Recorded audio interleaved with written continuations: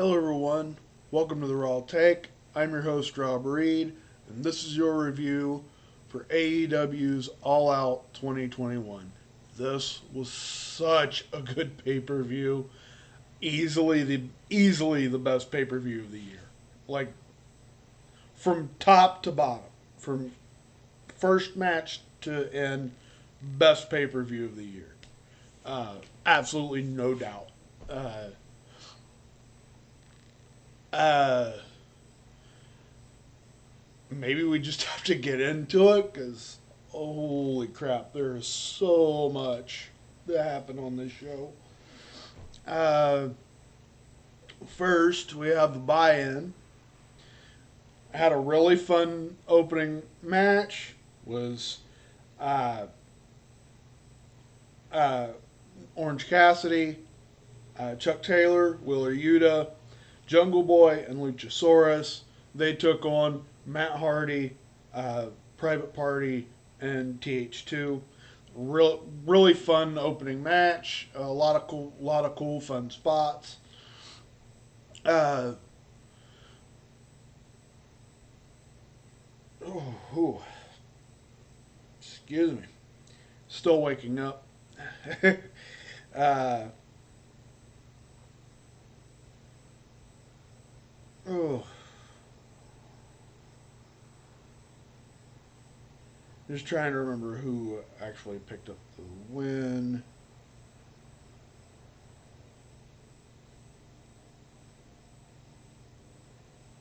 Yeah. Uh, uh, Jungle Boy was able to hook uh, Angelico into the snare trap. That was your finish. There's a lot of fun stuff. A lot of everybody got all their offense in. But after the match, we got a run in. Uh, we saw a few more people come in to break up the fight, but then the returning Butcher showed up, and we had a big.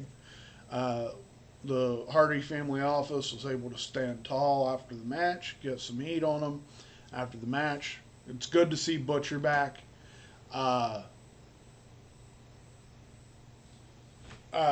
I really want to see what Butcher and Blade can do. They haven't really had a chance to really show what they can do. Um, Butcher got hurt for a while. I think there was a while where Blade was hurt. So it seems every time they kind of get going, one of them gets hurt. So they had to kind of slow things down. Hopefully they can. Hopefully they're all good now, and we can get some really cool stuff from Butcher and Blade. Now we get into the pay per view proper, because that was on the buy-in. We get into the pay per view proper. First match. Oh, before that, we did have a quick promo up in the stands. Dan Lambert was there in the skybox. He had uh, uh, Junior Dos Santos, Ar- Arlovsky.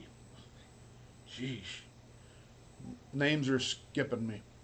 Uh, and he actually had Jorge Masvidal there, and of course he had Scorpio Sky and Ethan Page there. He just had a quick promo where he was tearing down, doing his whole all these guys are all the AEW wrestlers are wimps, uh, which I do think's funny because even Ethan Page has admitted he's not really a sports guy, and they're like built as like the sports oriented group. Ethan Page has even said on many of his vlogs he's not a sports guy, so I thought it was funny. But at least they're using their like martial arts backgrounds as their reasoning to join. But I actually like Dan Lambert. He is a really good. He does do really good promos. Uh, so I'm I'm fine with him being there. And he does give Men of the Year a little bit extra. So that I thought that was fine. Into the show the pay-per-view proper, we get the first match is Miro defending the TNT title against Eddie Kingston. This was so fun. Oh my god. This was your big meaty men slapping meat fight. They just back and forth beating the crap out of each other the whole match. There was the whole match was revolved around Miro's neck. They've been hyping up that's his weakness.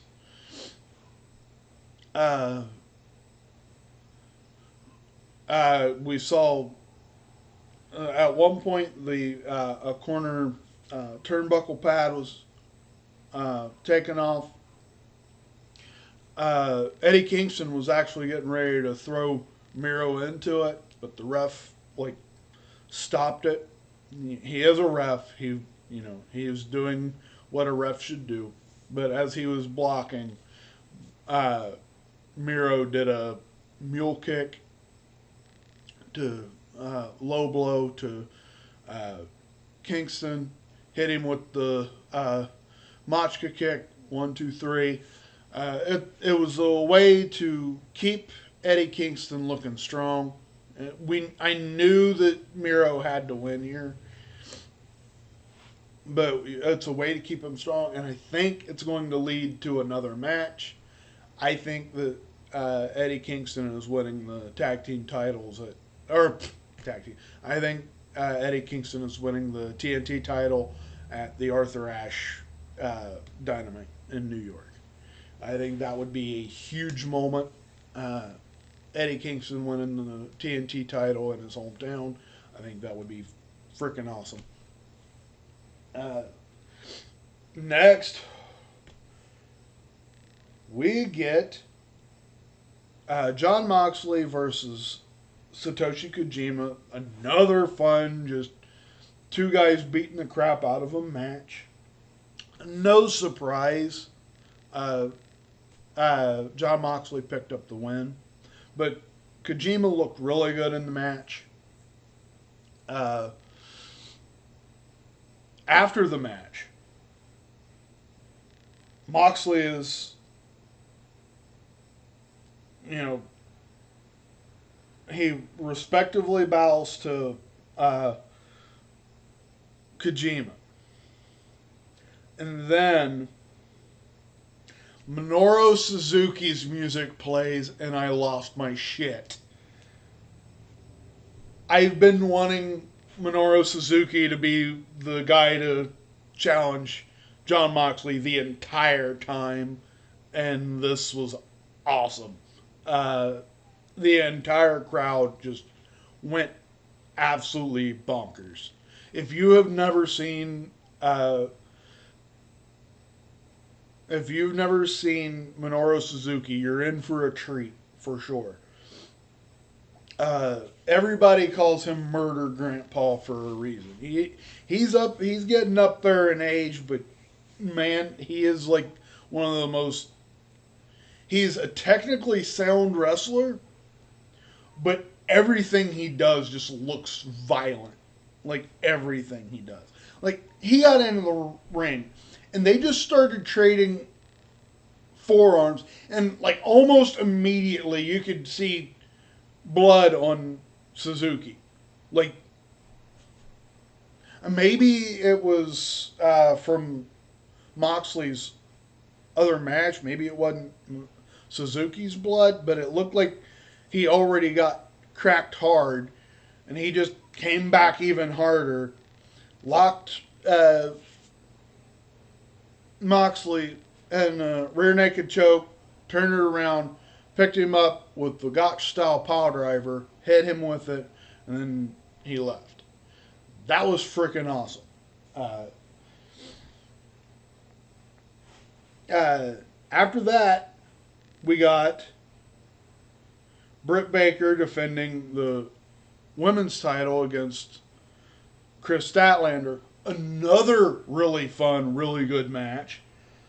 There was a point in the match where Statlander went for a superplex, and like, I don't know, like, it looked like Britt Baker went to reverse it, like to get back onto, but she like was outside of, was like hanging on the outside, and Statlander just picked her right back up and went through with the superplex. It looked insane. And then we see like Statlander, or Britt is trying to put Statlander in the lockjaw, and Statlander picks her up on her shoulders and then somehow spins her up into an electric chair position, and then drops. Chris Statlander is incredibly strong, but eventually we see a lot of, like, Britt is doing every move she can do. She hits a Panama Sunrise, Pittsburgh Sunrise that they called. Statlander kicks out. She hits a curb stomp. Chris Statlander kicks out, and finally she locks in the lockjaw, and Chris Statlander passes out from the pain. So Britt Baker retains the women's championship. Really good match. Really, really good match. Nothing bad to say about it. That was a really good match. Next, we have, okay, you know how I said that a couple weeks ago, SummerSlam, I said that Edge and Seth Rollins was my favorite match of the year. Then one night later, we saw Ilya Dragunov versus Walter. That was now my favorite match of the year. Okay, so now we have another new favorite match of the year. The Young Bucks defending the tag team titles against Lucha Bros in a cage match. And holy shit, this was the best match of the year. By far. Like, this was the best tag team, especially, okay, definitely cage match I've ever seen. Definitely the best cage match I've ever seen. I don't know if it tops Revolution, Young Bucks, Kenny Omega, and Hangman Page from 2020, but it is damn near close. Like, just the sheer insanity of this match. At one point we saw Nick brought out a shoe that had thumbtack, like he did a few weeks ago. He had thumbtacks point out, like glued to the bottom of the shoe, and like they didn't just kick, like they like mashed Penta's face into the shoe to the point where his mask even got stuck on the shoe at one point. But eventually they hit the BT trigger, and everybody was like, okay, so but like at 2.999999999, Ray Phoenix was able to break up the pinfall, and the place went absolutely nuts for that near fall. And then the Lucha Bros made their comeback, and as everybody expected, as we all expected, Ray Phoenix climbed to the very top of the cage and did a dive onto all three guys. It wasn't because Penta was holding both the Young Bucks, so they couldn't like get out of the way, and he was like, just jump, just jump on all of us. And Ray Phoenix jumped down, fell into all of them. They grabbed Nick Jackson, hit him with the double package pile driver. 1, 2, 3. The Lucha Bros are the new AEW Tag Team Champions. This was the match I fully thought that the Lucha Bros was going to win. It was the only match I could see changing titles, and I couldn't see this pay-per-view ending with no title changes. Yes, I wanted to see Proud and Powerful win the titles at Arthur Ashe. I still think they might do that. I still think they might find a way to get that title win at Arthur Ashe. Maybe in a multi-tag team match or something. But I still think they're going to... Yes, I don't want to see the Lucha Bros in a short title reign. But for tonight, this was fantastic. Oh my God. And then I thought they were going to do the slowdown after this match, but then we had the Casino Battle Royale. It was not as much cool stuff. It's a battle royal. But number 21, the Joker, was Ruby Soho. The crowd went insane for Ruby Soho. It was so good to see the crowd reaction for Ruby Soho. After watching the media scrum last night, Ruby Soho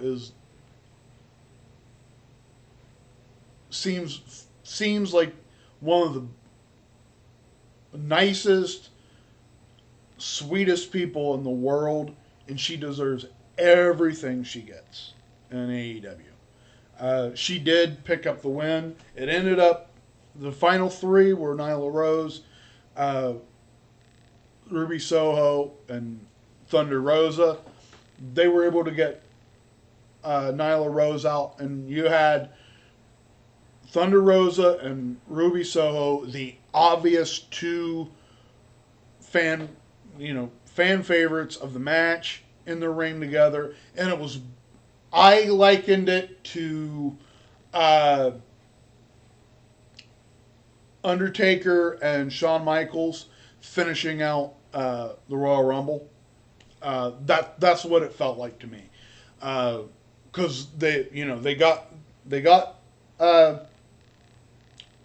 Nyla Rose out of there, and then they just stared off at each other, and then it was on. And finally, they got onto the ring apron, and eventually Ruby Soho was able to hit a move, and Ruby Soho and Thunder Rosa dropped to the floor. Ruby Soho was the winner. She will get a future title shot. I'm guessing Arthur Ashe.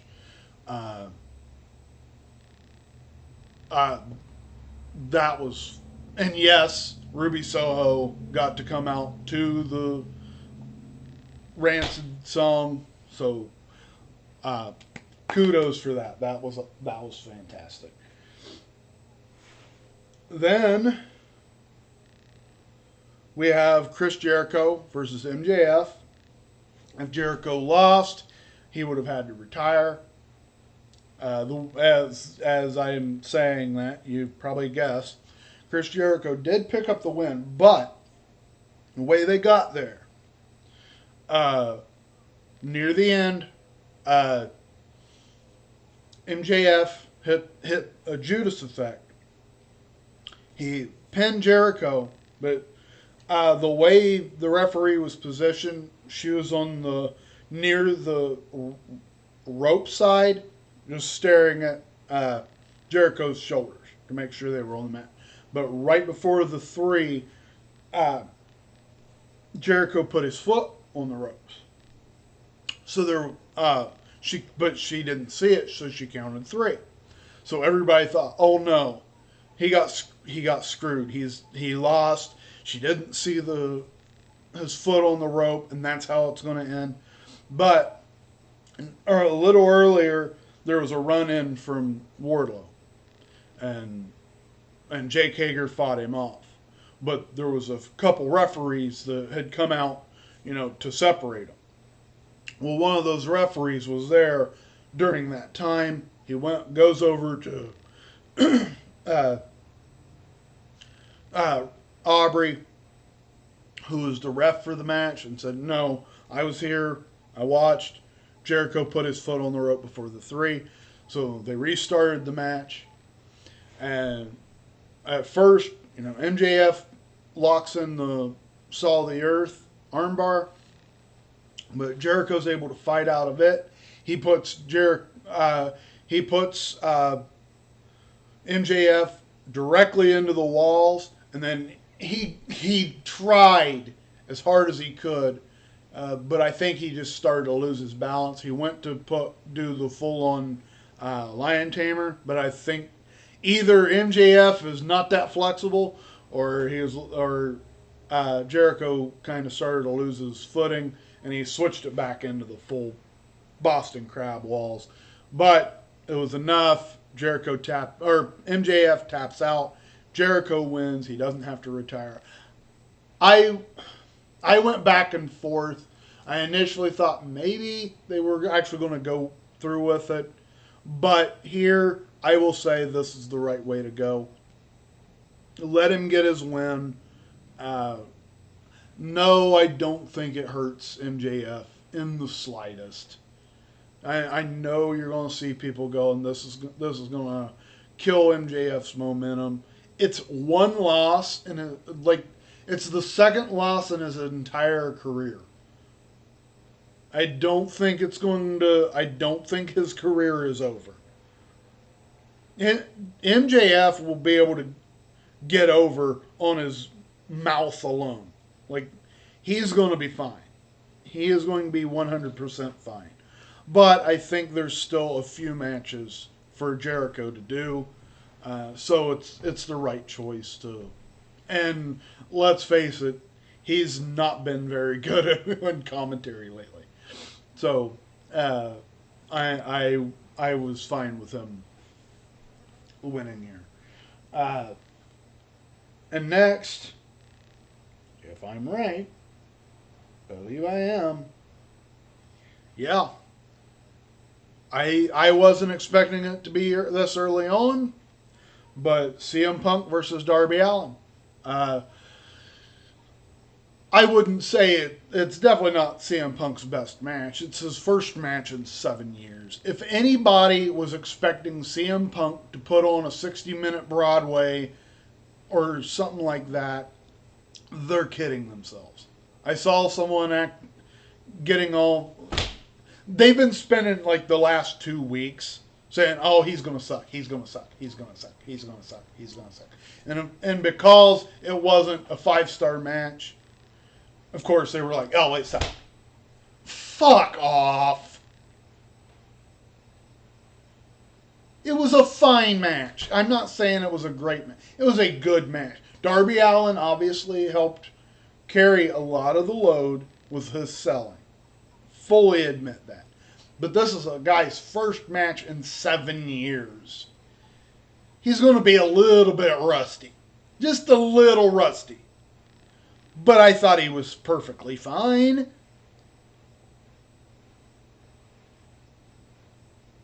Nothing too crazy happened. He did take the big dive from Darby. And also Darby went to the top rope, basically hit a swanton on a standing CM Punk onto the outside. So there was a few cool moves. But eventually Darby was, going for something, and CM Punk was able to roll out of it, pick him up, hit him with the GTS for the win. It was still a good match. I thought CM Punk still looked good. I wouldn't go so far to say he didn't lose a step, but I think he's going to build that step back up. He looked good enough that you're like, okay, yeah, he's going to be fine. Give him a few more matches and he'll be back. That's how I looked at it. I didn't look at it as, oh, he had not the best match on the show, so he sucks. No, he looked fine. It's probably going to take a couple matches before he's back in, gets back into the swing of things. Okay. So he gets a few matches in, and then you're going to see him putting on extremely good matches. That's how I look at it.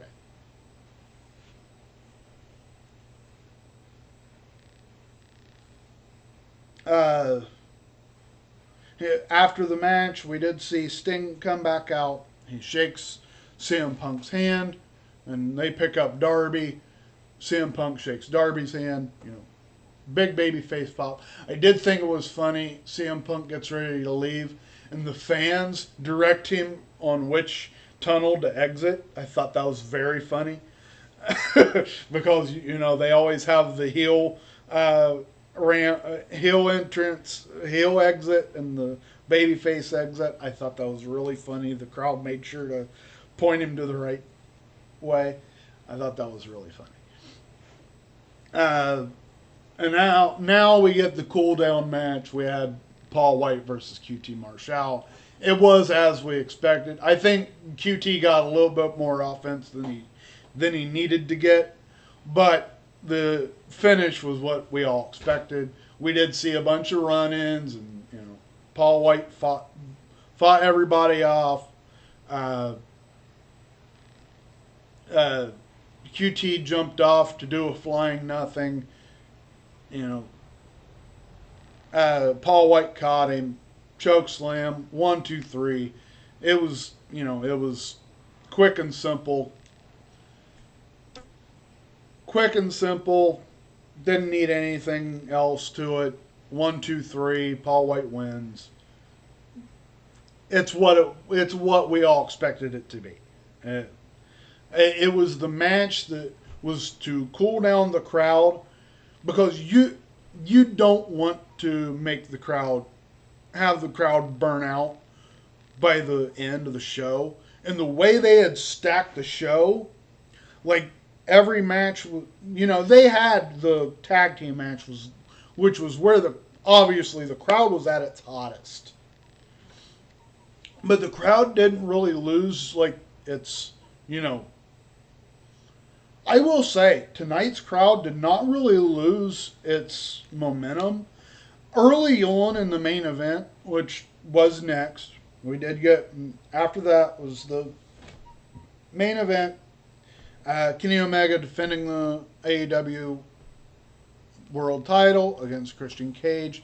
It started out a little slow, but that's how a lot of Kenny's matches start, and Christian's matches. They start a little slow. They build up to the big stuff, which is how you build a wrestling match, especially a world title match. So it was slow at the beginning, so the crowd was a little subdued at the beginning, but then everything started picking up.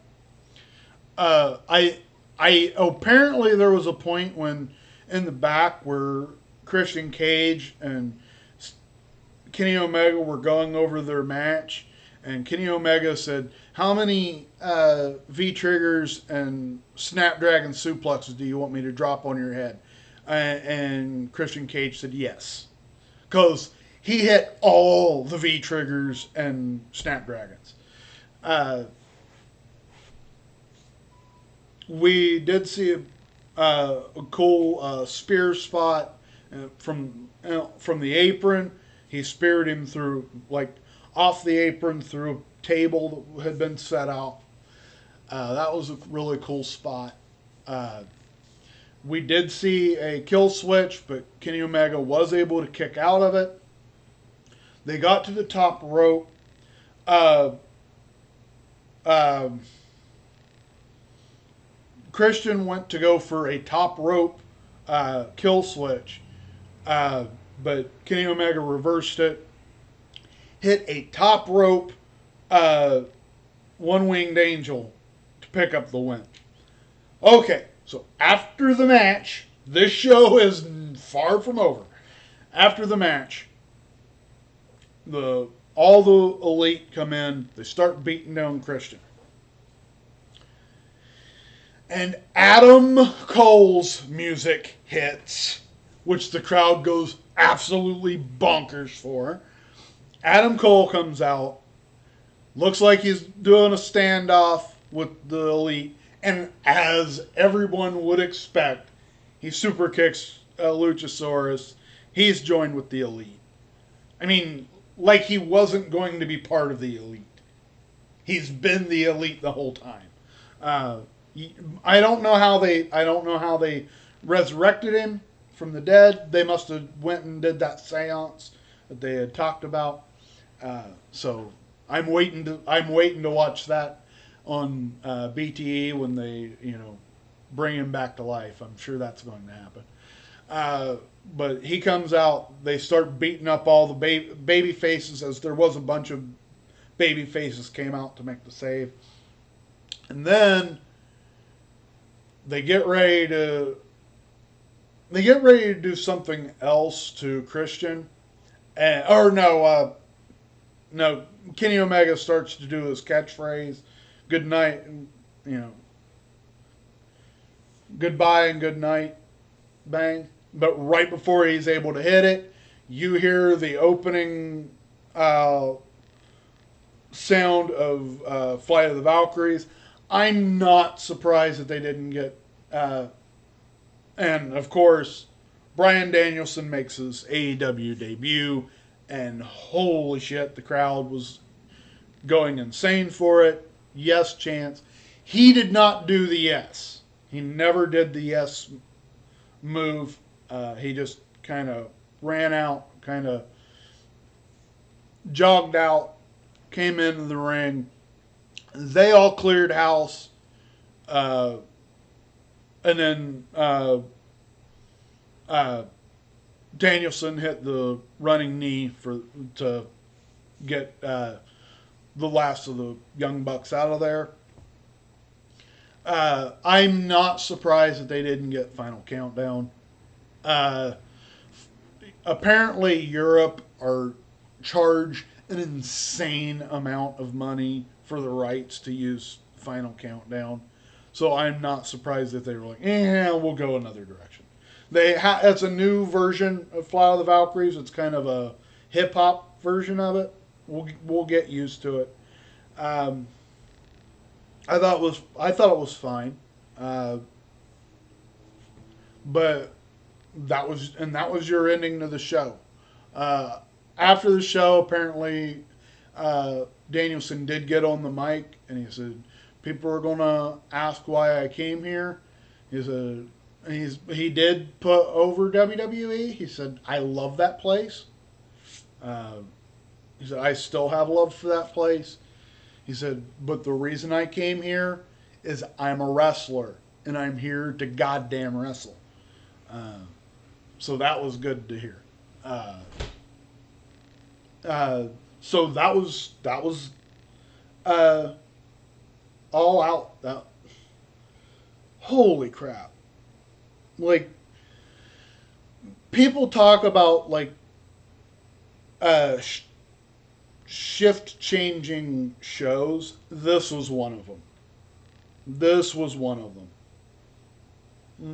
We saw when John Moxley first joined, he did the whole promo of there's been a paradigm shift. This is a paradigm shift. Holy shit. AEW feels bigger than it's ever felt before. Just from tonight. It feels like One, it feels like the fun place to be. Like, everybody there just looks like they're having fun doing whatever.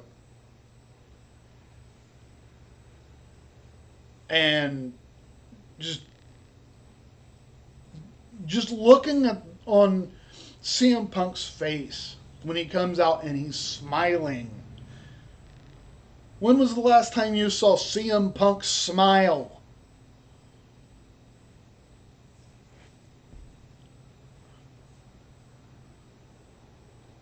Like, everybody looks like they're having a blast.